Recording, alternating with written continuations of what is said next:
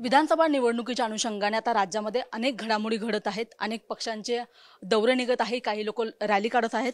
संभाजीनगरमध्ये खरं तर इम्तियाज जलील यांनी सुद्धा तिरंगा रॅली काढलेली आहे आणि या सगळ्या संदर्भात बोलण्यासाठी आपल्याबरोबर संजय शिरसाट आहेत.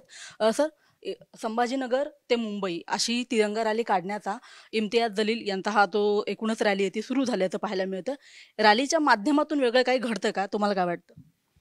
नाही, रॅलीच्या माध्यमातून वेगळं काही घडत नाही. एमआयएमची जी अवस्था या महाराष्ट्रामध्ये झालेली, जी बॅकफुटला ते गेलेले आहेत, तर ह्या विधानसभेमध्ये आपल्याकडे कल कसा झुकेल, विशेषतः मुस्लिम समाजाचा, हा त्यांचा प्रयत्न आहे. म्हणून पुन्हा त्यांनी हाक रामगिरी बाबाच्या विरोधात दिलेली नाही, तर त्यांनी हाक त्यांच्या समाजाला दिली की आपण सब एक हो जाओ, इसमें सामील हो जाओ. आणि हे ओएसीचं असेल किंवा त्या इम्तियाजचं असेल, ही यांची स्ट्रॅटेजी आहे. त्यांनी असं एकत्र ते मुस्लिम समाजाला एक करून आपलं मताचं राजकारण कसं करता येईल, हा त्यांचा दृष्टिकोन असतो. म्हणून ही रॅली ते पक्षाचा एक प्रचाराचा एक भाग आहे असं मी मानतो. इम्तियाज जलील यांचा हा प्रचाराचा आणि एकूणच राजकारणाचा भाग असेल, मात्र सध्या शिवसेनेमध्ये जे काही घडतं त्याला काय म्हणायचं? कारण की भरतशेठ गोगावले यांनी एक आरोप केलेला आहे. खरं तर त्यांचं असं म्हणणं आहे की त्यांना मंत्रिपद मिळणार होतं, मात्र एका आमदाराने धमकी दिली आणि त्यांचं मंत्रिपद हुकलं. कुठं ना कुठंतरी तुमचं नाव या सगळ्यामध्ये येते की त्या आमदाराला सध्या सिडकोचं अध्यक्षपद मिळालंय. नाहीये, तो किस्सा वेगळा आहे. भरतला तर सांगता आला नाही. काय किस्सा आहे तुम्ही सांगाल? नाही नाही, तो किस्सा वेगळा आहे. परंतु त्याची वाच्यता प्रत्येक जे काही मुख्यमंत्र्यामध्ये आणि आपल्यामध्ये जो संवाद होत असतो, त्याची बाहेर वाच्यता करायची नसते, हे आपण समजून घ्यायचं असतं. म्हणून ते किस्से असे बाहेर येणं किंवा इतर सांगणं हे योग्य नाही. भरत माझा मित्र आहे. आजही मी त्याला फोन केला सकाळी, अरे भरत, काय काय बोललास रे तू? तो म्हणतो, नाही साहेब, मी ते असं असं बोललो होतो, ते त्याच्या अनुषंगानं बोललो होतो आणि ते असं झालं होतं. म्हणलं ठीक आहे, काही चुकीचं बोललं नाही, कारण की मी बातमीच पाहिली नव्हती. आणि मग त्यांनी सांगितलं की मग तो कॅबिनेटला येतो, मी तिकडं आपण भेटू. तो आज अध्यक्षपदाचा पदभार स्वीकारायला चाललाय. म्हणजे त्याच्या मनात काही नसतं, परंतु त्याला मांडताना तो काहीतरी पुढचं माग एक टोक एक पारंबी अशी कुठेतरी मांडतो आणि त्याच्यानंतर गोंधळ उडतो. भरतने तसं काही बोललेलं नाहीये. भरत जो बोललाय त्याचं एक कारण वेगळी आहेत, ते त्यालाही माहिती मलाही माहिती. आम्ही दोघं जण जरी मंत्रिपदाचे दावेदार होतो, काही अडचणी येतात ना, आल्यात ना. राष्ट्रवादीचा सत्तेमध्ये झालेला सहभाग, त्यांना मिळालेली मंत्रिपदे, त्याच्यानंतर रखडलेला विस्तार, मग आम्हीच म्हणायचो 8 दिवसांतर विस्तार होतोय, 15 दिवसांतर विस्तार होतोय. हे 2.25-2.5 वर्ष आम्ही तेच कालावधी फक्त पाहण्यात गेला. पण एक आहे की शिंदे साहेबांनी न्याय द्यायचा प्रयत्न केला. मग मला असेल का भरतला असेल? आता भरत दुपारी अध्यक्षपदाचे सूत्र स्वीकारतोय, मी 2 दिवसापूर्वी सिडकोचे. आमचं हे टार्गेट नव्हतंच. आम्हाला जे काही कमिटमेंट होती ती वेगळी होती. परंतु आता जे आहे, तरी शिंदे साहेबांनी तुम्हाला, ठीक आहे, होतंय राजकारणामध्ये 3 पक्ष एकत्र आलेत, तुम्ही पाहिलं आज पूर्ण मंत्रिमंडळ सुद्धा बनवू शकलो नाही, काही त्याच्या मागची कारण असतात. आणि मला वाटतं ह्या गोष्टी सुद्धा उघड होऊ नयेत किंवा सांगू नयेत. परंतु भरतचा स्वभाव असा आहे की एखाद्या वेळेला तो मापमध्ये आला किंवा पब्लिकमध्ये आला, तो कधी काय बोलल त्याचा नेम नसतो. म्हणून त्याला सुद्धा तुम्ही असं सिरियस घेऊ नका. तुम्ही म्हणताय सिरियस घेऊ नका, मात्र जेव्हापासून राज्यामध्ये महायुतीचं सरकार आलेलं आहे, प्रत्येकामध्ये नाराजी पाहायला मिळते. म्हणजे भरतशेठ गोगावले असेल किंवा तुम्ही असाल, आम्ही मंत्रिपदाची शपथ घेऊ, आम्ही पुढच्या विस्तारामध्ये आम्हाला पद मिळेल किंवा मग सूट तयार आहे, अशा अनेक चर्चा आम्ही ऐकल्या, अशा अनेक बातम्या समोर आल्या. या सगळ्यामध्ये जेव्हा राष्ट्रवादी सामील झाली तेव्हा मनामध्ये नाराजी होती, दुःख होतं. आणि आत्ता जसं भरतशेठ गोगावले बोलत आहेत त्याच्यानंतर त्याच्यामध्ये तथ्यता आहे ना? हे बघा, तथ्य असेल हे मी नाकारू शकत नाही. तथ्य आहेच. हा भरत शेठचा किंवा शिवसेनेचा प्रश्न नाही, हा भाजपचा प्रश्न नाही का? आशिष शेलार मंत्री नको व्हायला, प्रवीण दरेकर नको व्हायला, प्रसाद लाड नको व्हायला, अनेक अनेक मान्यवर भाजपमधले जे काही 105 आहेत त्यापैकी अनेक जण मंत्रिपदाच्या शर्यतीत नव्हते का? नाही झाले, काय करणार? ही जी तडजोड होते ना, जेव्हा महायुती होते किंवा एखादा गठबंधन ज्याला म्हणतो आपण होतं ना, त्यावेळेला हे त्रास सगळ्यालाच होतात. फक्त आम्हाला झालं नाही, आम्हा दोघांनाच झाले बाबा त्रास, आमच्यामुळं सगळं काही झालं असं नाही. सगळं पक्षाच्या इतर लोकांना सुद्धा त्रास झालेला आहे. परंतु भरत एखाद्या वेळेला बोलून जातो आणि त्याची बातमी होते. मग भाजपच्या जे नेत्यांचे जे मंत्रिपद हुकलेले ते कुणामुळे हुकले? आता तुम्ही समजू शकता ना, हे सर्व जे काही घडामोडी झालेले आहेत त्या घडामोडीचा तो एक भाग आहे. त्या घडामोडीचा एक भाग आहे. याला तुम्ही आधार कारण घेऊ शकत नाही ना. आणि काही उघड सत्य आहे. हे काय लपलेलं आहे का? आता मी जर किती जरी म्हणलो की नाही, नाही तिसरा पक्ष आल्यामुळं आमचं ते मग वाटपामध्ये थोडासा गोंधळ झाला. मग थोडंसं आमचे मंत्रिपद थांबले. अरे जे खरं आहे ते खरं आहे. जे आता नाही होऊ शकलं, नाही होऊ शकलं. पण तुम्ही असं नाव नाही घेत राष्ट्रवादीचं, की राष्ट्रवादी महायुतीमध्ये सहभागी झाले आणि त्याच्यामुळे आमचे सगळ्यांचे मंत्रिपद हुकले. निवडणुकीचा काळ आहे. समोर विधानसभा आहे. आणि आणि आता अशा गोष्टी बोलणं मला वाटतं योग्य नाही. पण आता पुन्हा एकदा विधानसभेच्या निवडणुका तोंडावरती आलेल्या आहेत. सगळ्या पक्षामध्ये जागा वाटपाचा देखील मुद्दा आहे. यावेळची निवडणूक कशी होईल? महायुती म्हणून तुम्ही एकत्र सामोरे जाणार आहात. जागा वाटपाचा काय फॉर्म्युला ठरतोय? हे बघा, जेव्हा महायुती आता पहिले शिवसेना भाजप एकत्र आली, सरकार स्थापन केलं, बहुमतात होतो.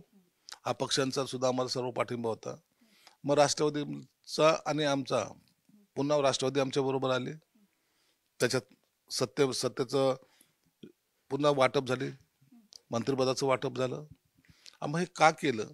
तर याचा अर्थ असा की येणारी विधानसभा ही एकत्र लढवली तरी तिने ताकद जेव्हा एकत्र येईल ना, तर विधानसभा जिंकायला सोपं होईल. हे एकमेव गणित त्याच्या मागचं असतं. मग असं असताना आज महायुती म्हणूनच आम्ही लढणार आहोत. मग आता अजितदादामुळं काय झालं किंवा शिवसेनेमुळे काय झालं किंवा भाजपमुळे काय झालं, आता हे एकमेकावर टीका करायचा आमच्याकडे वेळ नाही. आम्ही टीका करणार नाही. आम्ही एक ताकद म्हणून त्याचा सर्वजण मिळून एकत्रितपणे ह्या विधानसभा लढायच्यात. हाच टार्गेट आहे आमचा आता. नाही, तुम्ही म्हणताय की एकमेकांवर टीका करायची नाहीये, मात्र जशा पद्धतीने विधानसभेच्या हालचाली सुरू झालेल्या आहेत, असं पाहायला मिळतंय की पुन्हा एकदा महायुतीमध्ये राष्ट्रवादी सध्या टार्गेटवरती आहे किंवा मग अजितदादांना दूर लोटण्याचा कुठे प्रयत्न चालू आहे. कुठेतरी आतमध्ये अजूनही धुसफूस चालूच आहे. नाही बघा, पार्टी आहे. पार्टी तेवढं मतभेदाचा एकमेकाच्या विरोधात थोडंसं असं एकदमच आलबेल आहे असं काही म्हणता येत नाही कुठेच कोणत्याच पक्षामध्ये. थोडी बहुत असते ते वरची वरिष्ठ नेते जे आहेत ते सांभाळून घेतात आणि ते सर्व कार्यकर्त्याला सुद्धा शांत करतात. राष्ट्रवादीला टार्गेट करण्याचं काहीच कारण नाही. आम्ही का करावं राष्ट्रवादीला टार्गेट? राष्ट्रवादी बरोबर असली तर पुन्हा एक ताकद वाढते. अजितदादा एक मेहनती नेता आहे. त्यांनाही आम्ही बरोबर त्यांचे कार्यकर्ते किंवा आमचे कार्यकर्ते असेल किंवा भाजपचे कार्यकर्ते असेल कधी कधी काही बोलून जातात. एक अजितदादा, एकच होता अजितदादा, पुढचा मुख्यमंत्री अजितदादा, दुसरा म्हणतो नाही माझ्या मनातला मुख्यमंत्री देवेंद्र फडणवीस. मग माझ्यासारखा उठतो, माझ्या मनातला नाही माझ्या हृदयातला मुख्यमंत्री एकनाथ शिंदे. हे सगळं चालतं ना. मग त्या कार्यकर्त्याच्या भावना हे कुठंतरी बघा, त्यांच्या पक्षाच्या माणसाने त्यांचं बॅनर लावलं, यांच्या पक्षाच्या नेत्याने त्यांचं बॅनर लावलं. हे सगळे बॅनरबाजी चालत असतात. परंतु हे जे काही नेते असतात वरिष्ठ नेते हे याच्याकडे तेवढं लक्ष देत नसतात. जो फॉलोअर आहे ना तो आपलं एक स्थान तिथं सुद्धा फिक्स करायच्या प्रयत्नात असतो. दादा मी बॅनर एकच दादा, असं चालतं राजकारणात. म्हणून त्याचा आणि याचा काही संबंध नसतो. म्हणून मला वाटतं महायुतीमध्ये अलबेल सर्व आहे आणि एकत्रपणे निवडणूक लढवतील. शिवसेनेकडून लवकरच धर्मजागर यात्रा सुरू केली जाणार आहे. कशा पद्धतीची यात्रा असणार आहे? कोणत्या गोष्टी याच्यामध्ये सहभागी असतील आणि विधानसभेच्या निवडणुकीला याचा कितपत फायदा होईल? हे बघा, खरी भूमिका आमची हिंदुत्वाची आहे, जी शिवसेना प्रमुखाला अपेक्षित आहे. आजही आम्ही सत्तेत आहोत, आमची भूमिका बदललेली नाही. म्हणून एक लोकांमध्ये पुन्हा जागृती करणे, जे काही अनेक माध्यमातून आपल्यावर संकट येतात त्याचे पुन्हा जागृती करणे. शिवसेना प्रमुख नेहमी म्हणायचे की पहिलं आपलं हिंदुत्व, नंतर बाकी सर्व गोष्टी, आणि ह्या गोष्टीला आपण प्राधान्य दिलं पाहिजे हे आमच्या पक्षाचं मत आहे. आणि आम्ही त्या पद्धतीने आमची लाईन चालतो. इतरांनी काय करावं? आता एमआयएमने मोर्चा काढला, मोर्चा ते रॅली काढली. कशासाठी काढली? कोणी सांगेल का? त्याच्यात काय बहुजन आहेत का? इतर जाती धर्माचे लोक आहेत का? नाही आहेत. ते जर करू शकतात तर हे हिंदू जागरण म्हणा किंवा हे सर्व करणं हे ज्याच्या त्याच्या लेवलला करतात, ठीक आहे ना. त्याला कोणाचा आक्षेप असण्याचं काहीच कारण नाही. एक महत्त्वाचा प्रश्न असा आहे की रामदास आठवले म्हणतायत की प्रकाश आंबेडकरांनी आमच्यासोबत यावं, नवीन युतीचा एक फॉर्म्युला त्याची एक चर्चा सुरू आहे, तिसरी आघाडी उभी राहते त्याची एक चर्चा चालू आहे. सध्या राज्यामधला एकूणच राजकीय परिस्थिती बघता काय वाटतं की ह्या आघाड्यांना, या युतीला किती यश मिळेल आणि त्याचा किती परिणाम महायुतीवर होईल? हे बघा, विधानसभेची निवडणूक आहे. ही निवडणूक आता पहिले आपण असं समजायचो की ग्रामपंचायतची निवडणूक, पंचायत समिती, जिल्हा परिषदेची निवडणूक किंवा कॉर्पोरेशनची निवडणूक, त्याच पद्धतीने आमदारकीची निवडणूक सुद्धा सगळ्यात मोठी समजली जाते. लोकसभेच्या निवडणुकीला लोक एवढे सिरियस घेत नाहीत. याच्यामध्ये त्या भागातल्या कार्यकर्त्याचा समावेश होत असतो आणि मग ही संधी कशी घ्यायची हा प्रत्येक पक्ष विचार करतो. तिसरी आघाडी झाली, त्यांना वाटतं की आपले आमदार आले पाहिजेत. रामदास आठवले यांना वाटतं प्रकाश आंबेडकर बरोबर आले तर एक ताकद मिळेल, आपले आमदार वाढतील. हे गणित विधानसभेच्या वेळेला प्रत्येक पक्ष मांडतो. गेल्या लोकसभेला बघा, महाविकास आघाडीने काय केलं होतं, प्रकाश आंबेडकरवर प्रेस घेतली. जसं जागा वाटपाचा फॉर्म्युला आला, प्रकाश आंबेडकरला सोडून दिलं. आणखीन काहीतरी कितीतरी संघटना त्यांच्या बरोबर आल्या होत्या. आम्ही यांचा समावेश करणार, यांच्याशी बोलणार, काय कुठे गेल्या त्या संघटना? सगळ्या बाजूला सारल्या. पुन्हा आपापल्या पद्धतीने त्यांनी राजकारण केलं. हे सगळं विधानसभेच्या टायमाला घडू शकतं. आणखीन घडामोडी होतील आणि या घडामोडीचा परिणाम असा होईल की एक हाती सत्ता एका पक्षाचे आता येण्याचे दिवस गेलेले आहेत. म्हणून हे सगळ्या आघाड्या होत असतात, म्हणून या महायुती होत असतात आणि प्रत्येक पक्षाचे असलेले आमदार मिळून येणारी विधानसभा अस्तित्वात येतील. एक शेवटचा आणि महत्त्वाचा प्रश्न विचारते. पुन्हा एकदा अजितदादांच्या संदर्भातला प्रश्न आहे. महायुतीमध्ये राष्ट्रवादीला कमी जागा मिळतील, त्याच्यामुळे स्वतंत्र लढण्याशिवाय पर्याय नाहीये आणि अशी एक चर्चा आता राष्ट्रवादीमध्ये सुरू झाल्याचं पाहायला मिळते. अजितदादा गट आता वेगळा स्वतंत्र लढेल असं वाटतं? मला तसं वाटत नाही. कारण की ज्या कार्यकर्त्याला तिकीट मिळत नसतं किंवा ज्यांचा मतदारसंघ महायुतीमध्ये इतर पक्षाकडे जाणारा असतो, त्यावेळेला ते लोक म्हणतात, दादा आपण स्वतंत्र लढलं तर आपली ताकद वाढेल बरं का. त्याला निवडणूक लढवायची असते. तो महायुतीचा विचार करत नाही, तो आपल्या जागेचा विचार करतो. माझ्या पक्षामध्ये तेच असतं.